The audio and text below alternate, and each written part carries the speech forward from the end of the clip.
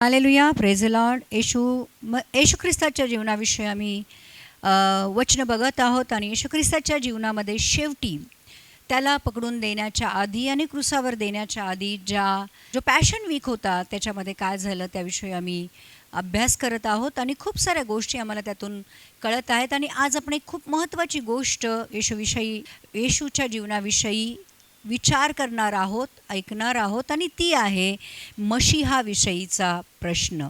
येशू ख्रिस्त स्वतःहून परुषी लोकांना प्रश्न विचारतो की ख्रिस्त कोण आहे, येशू ख्रिस्त कोण आहे.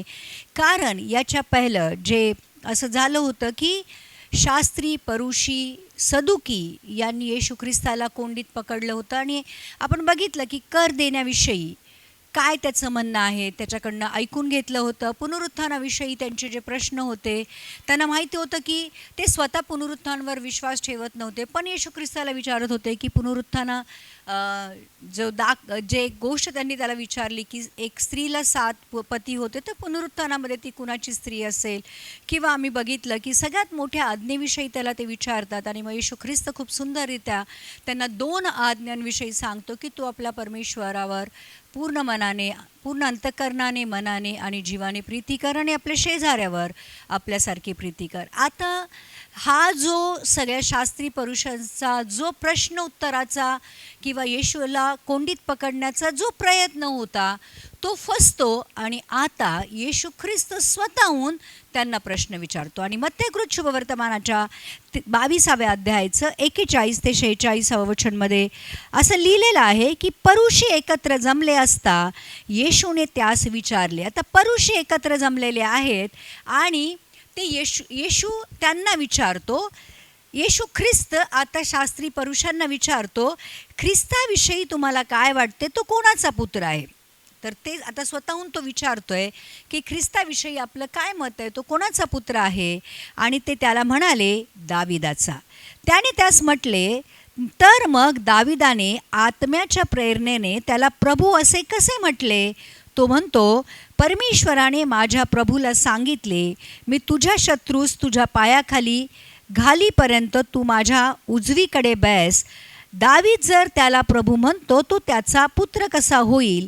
तेव्हा कोणाला त्याचं उत्तर देता येईना आणि त्या दिवसापासून त्याला आणखी काही विचारावयास कोणीही धजला नाही. एक तर त्यांच्या प्रश्नाची उत्तरं त्यांनी चोख दिली, त्याच्यामध्ये त्यांना काही बोलता आलं नाही. आणि जेव्हा आता येशू ख्रिस्त त्यांना प्रश्न विचारतो की ख्रिस्ताविषयी तुमचं काय मत आहे, आणि जेव्हा ते सांगतात की ख्रिस्त दाऊदाचा पुत्र आहे, हा कोणाचा पुत्र आहे तो विचारतो. आणि सगळ्या जुन्या करारामध्ये पुष्कळ ठिकाणी येशू ख्रिस्ताविषयी असं लिहिलेलं आहे की तो जो येणार आहे तो दाऊदाच्या वंशातनं येणार आहे, त्याला दाऊदाचा पुत्र म्हणतील.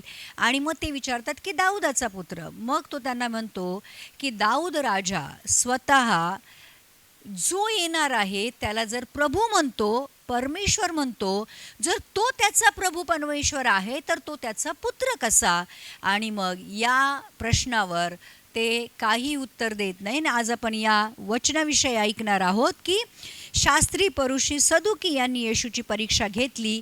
आता येशू त्यांची परीक्षा घेतो की त्यांना कितपत माहिती आहे येशू ख्रिस्ताविषयी. आणि मग ज्या मशिहाची तुम्हाला युगानुयुग प्रतीक्षा आहे, तो मसीहा कुणाचा पुत्र आहे. कारण ते अजूनही येशू ख्रिस्त त्यांच्या समोर उभा असून सुद्धा ते येशू ख्रिस्ताची वाट बघत होते. आणि प्रियांनो, अजूनही काही यहुदी, इस्रायली येशू ख्रिस्ताची वाट बघत आहेत. अजूनही तो येऊन गेला, तो जगला, मरला, 3ऱ्या दिवशी उठला, तो स्वर्गामध्ये गेला, आता त्याच्या दुसऱ्या आगमनाची वेळ झालेली आहे. तरीसुद्धा आजही खूप सारे इस्रायली लोक येशू ख्रिस्ताच्या येण्याची वाट बघत आहेत. आणि प्रियांनो, अशा लोकांना येशू ख्रिस्त हे सांगत आहे, म्हणजे विचारत आहे की तो कुणाचा पुत्र आहे. आणि मग ते त्याला म्हणतात की दाऊदाचा. आणि मग हे जे वचन आहे हे स्तोत्रसंहिता 110 अध्यायाचा पहिल्या वचनामध्ये असं लिहिलेलं आहे. स्तोत्रसंहिता 110:1 मध्ये लिहिलं आहे, दाऊद राजा म्हणतो, माझ्या प्रभूला परमेश्वर म्हणतो, मी तुझे वैरी तुझ्या पादासन करीपर्यंत तू माझ्या उजवीकडे बैस. म्हणजे दाऊद राजाचा जो प्रभू आहे त्याला परमेश्वर म्हणतो. लक्षात घ्या, दाऊद राजाचा जो प्रभू आहे त्याला परमेश्वर म्हणतो की मी तुझे वैरी तुझे पादासन करीपर्यंत तू माझ्या उजवीकडे बैस. म्हणजे पिता येशू ख्रिस्ताला म्हणतो, जो दाऊदाचा पुत्र दाऊदाचा देव आहे, की जोपर्यंत तुझ्या शत्रूंना मी माझ्या पादासनाखाली करेपर्यंत तू माझ्या उजवीकडे बैस. तर याचा अर्थ असा आहे प्रियांनो, की येशू ख्रिस्त जेव्हा या जगातून त्याचं काम संपवून पित्याची इच्छा पूर्ण करून जेव्हा स्वर्गामध्ये गेला, तो आता पित्याच्या उजवीकडे सिंहासनावर बसला आहे. आणि आता जेव्हा तो परत येईल आणि आम्हाला घेऊन जाईल आणि आम्ही 7 वर्ष जेव्हा येशू ख्रिस्ताबरोबर राहू आणि पुन्हा येशू ख्रिस्ताबरोबर गोग मगोग या ठिकाणी जेव्हा शैतानाबरोबर युद्ध होईल, त्यावेळेसच ही गोष्ट आहे. ती पिता येशू ख्रिस्ताला सांगत आहे की येशू ख्रिस्ता माझ्या पुत्रा, जो ज्या लोकांनी आतापर्यंत तुला नाकारलं, ज्या लोकांनी तुला क्रुसावर दिलं, ज्या लोकांनी तुझ्या विरुद्ध गोष्टी केल्या, ज्या लोकांनी तुला स्वीकारलं नाही वेळ असून सुद्धा, त्या सगळ्या तुझ्या शत्रूंना मी नरकामध्ये टाकेपर्यंत तू माझ्या कुठे बस? उजवीकडे बस. कारण त्याच्यानंतर 1000 वर्ष येशू ख्रिस्त आमच्या बरोबर राज्य करणार आहे. आम्ही येशू ख्रिस्ताबरोबर या पृथ्वीवर राज्य करणार आहे. आणि त्याच्यानंतर शैतानाला जेव्हा नरकामध्ये टाकलं जाईल, तेव्हा नवीन आकाश, नवीन पृथ्वी आणि नवी यरुशलेम आमच्यासाठी आणि येशूसाठी असणार आहे. आणि मग युगानुयुग सार्वकालिकासाठी आम्ही येशू ख्रिस्ताबरोबर राज्य करणार आहोत. तर प्रियांनो, इथे येशूविषयीची खूप महत्त्वाची भविष्यवाणी जुन्या करारामध्ये आणि नवा कराराच्या सगळ्यात जास्त वेळा कोट केली गेली आहे. जुन्या करारात ही जी भविष्यवाणी केली होती दाऊद राजाने, ती खूप वेळा नवीन करारामध्ये पण कोट केली गेली. आपण बघाल की जे आंधळे होते ते काय बोलत होते? हे दाऊदाच्या पुत्रा. खूप ठिकाणी जे लोक येशू ख्रिस्ताला बोलत होते ते दाऊदचा पुत्र म्हणून होते. दाऊदाच्या पुत्रा, आमचं ऐक. दाऊदाच्या पुत्रा, आम्हाला आरोग्य दे, किंवा जे पण आहे. सगळ्या लोकांना माहिती होतं, म्हणजे बऱ्याचशा लोकांना माहिती होतं की येशू ख्रिस्त हा दाऊदाचा पुत्र आहे आणि तोच मसीहा आहे. परंतु इस्रायली लोकांना या सत्यावर विश्वास ठेवणं खूप कठीण जात होतं. आणि म्हणून येशू ख्रिस्त त्यांना विचारतो की पवित्र शास्त्रामध्ये, स्तोत्रसंहितेमध्ये काय लिहिलेलं आहे की माझ्याविषयी कुठली भविष्यवाणी, म्हणजे माझ्याविषयी नाही, परंतु येशू ख्रिस्ताविषयी काय लिहिलेलं आहे. आणि जेव्हा ते म्हणतात की त्याला दाऊदाचा पुत्र म्हटलेला आहे, मग येशू ख्रिस्त त्यांना म्हणतो की दाऊदाचा जर तो पुत्र आहे, तर मग दाऊद त्याला, हे माझ्या प्रभू, म्हणजे माझ्या प्रभूच्या परमेश्वराने असं म्हटलं आहे की जोपर्यंत तुझ्या शत्रूंना मी तू पादासनाखाली करत नाही, तोपर्यंत तू माझ्या उजवीकडे बैस. तर प्रियांनो, पवित्र आत्म्याने भरून दाविदाने ही भविष्यवाणी केली होती. आणि मग दाऊदाचा पुत्र एक साधा मनुष्य असणार नाही, तर तो त्याचा प्रभू असेल. दाऊदाचा तो पुत्र कसा होतो? तर तो दाऊदाच्या वंशातून येतो, अब्राहमाच्या वंशामधून येतो. पण अब्राहमाच्या आधी येशू होता, दाऊदाच्या आधी येशू होता, तर तो त्यांचा प्रभू होता, तो त्यांचा पुत्र नव्हता. परंतु येशू ख्रिस्ताला या जगामध्ये येण्यासाठी एका वंशाची गरज होती आणि म्हणून त्यांनी इस्रायल हा वंश निवडला आणि त्या वंशातनं तो या जगामध्ये आला. याचा अर्थ असा होत नाही की तो त्यांचा पुत्र आहे, कारण परमेश्वर येशू ख्रिस्त फक्त एकाच पित्याचा पुत्र आहे आणि तो म्हणजे स्वर्गीय पिता. आणि प्रियांनो, काही शास्त्री पुरुषी विश्वास ठेवत होते की येशू दाऊदाच्या वंशातनं येणार आहे आणि म्हणून त्याच्या प्रश्नाने ते निरुत्तर झाले, कारण दाऊदाच्या वंशातून येणारा येशू एक खूप मोठी भूमिका पार पाडणार आहे आणि दाविदापेक्षा याचे नाव मोठे असणार आहे हे त्यांनाही माहीत होतं. खूप साऱ्या गोष्टी ज्या जुन्या करारामध्ये लिहिलेल्या होत्या त्या सगळ्या त्यांनी वाचल्या होत्या आणि त्यांना फक्त म्हणजे येशू ख्रिस्ताचा जन्म अशा प्रकारे होईल, त्या परिवारामध्ये होईल याची त्यांना कल्पना नव्हती आणि म्हणून त्यांच्यासाठी खूप अवघड झालेलं होतं की येशू ख्रिस्तावर परमेश्वराचा पुत्र म्हणून विश्वास ठेवणं. आणि म्हणून प्रियांनो, याच स्तोत्रसंहितेचं 110व्या अध्यायाचं 5वं वचन असं म्हणतं, तुझ्या उजव्या हाताकडे असलेला प्रभू आपल्या क्रोधाच्या दिवशी राजास मारित आहे. म्हणजे तुझ्या उजव्या हाताकडे बसलेला प्रभू म्हणजे कुणाच्या?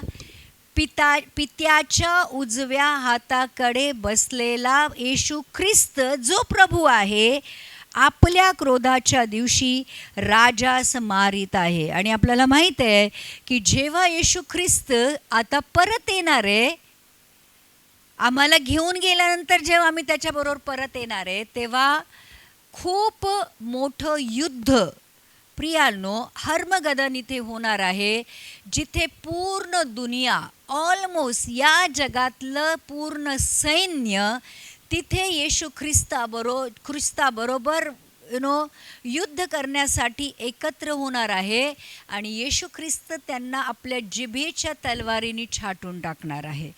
तर ही जी गोष्ट आहे की येशू ख्रिस्तच्या विषयी हे लिहिलेलं आहे की तुझ्या उजव्या हाताकडे असलेला प्रभू आपल्या क्रोधाच्या दिवशी राजास मारून टाकेल.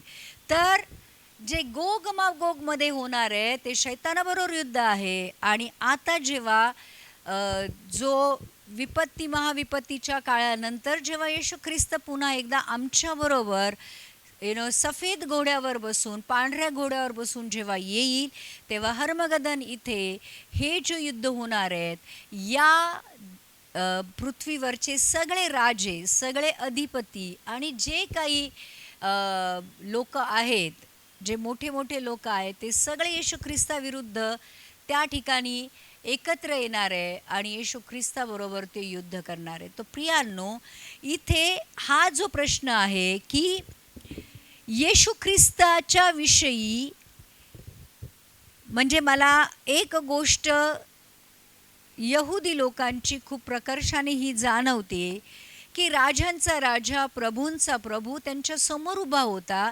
ठीक आहे, तो मनुष्याच्या रूपामध्ये होता, पण तो हे सांगत होता की माझ्याकडे बघू नका, परंतु जी कामं मी करतो त्याकडे बघून तरी माझ्यावर विश्वास ठेवा. जी वचनं मी सांगतो ती ऐकून तरी माझ्याकडे विश्वास ठेवा.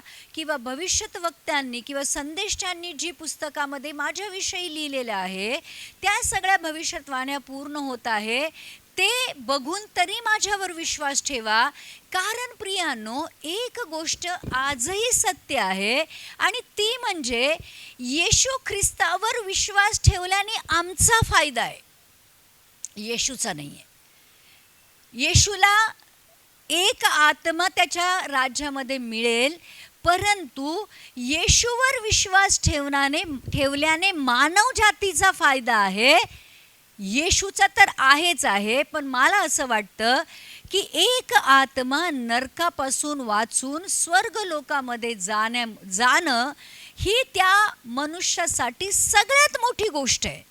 आणि जर वारंवार आजही येशू ख्रिस्त आमच्याबरोबर आत्म्याद्वारे, वचनाद्वारे जर बोलत आहे आणि हे सांगत आहे की स्वर्गाकडे जाण्याचा मार्ग फक्त येशूतून जातो, पित्याला पाहण्याचा जर तुम्हाला इच्छा असेल पित्याला पाहण्याची, तर ती येशूद्वारेच होते. कारण पित्याने आकर्षिल्याशिवाय आणि येशू ख्रिस्ताने तारण केल्याशिवाय कोणीही स्वर्गाच्या राज्यामध्ये प्रवेश होत नाही आणि पवित्र आत्म्याद्वारे नवीन जन्म घेतल्याशिवाय कोणीही स्वर्गाच्या राज्यामध्ये जर प्रवेश करत नाही. तर प्रियांनो, आज ही वचनं मिळून आम्हाला हेच सांगत आहेत की जितक्या लवकर आम्ही येशू ख्रिस्ताला ओळखू, त्याला स्वीकारू आणि त्याच्या मागे चालू, तितका जास्त फायदा आमचा आहे. कारण आता वेळ संपत आलेली आहे, शेवटच्या दिवसामध्ये आपण आलेलो आहोत आणि माहीत नाही की कधी मृत्यू येईल किंवा येशू येईल. त्याच्या आधी आम्हाला पश्चाताप करून येशू ख्रिस्ताला स्वीकारून त्याच्याबरोबर चालायचं आहे.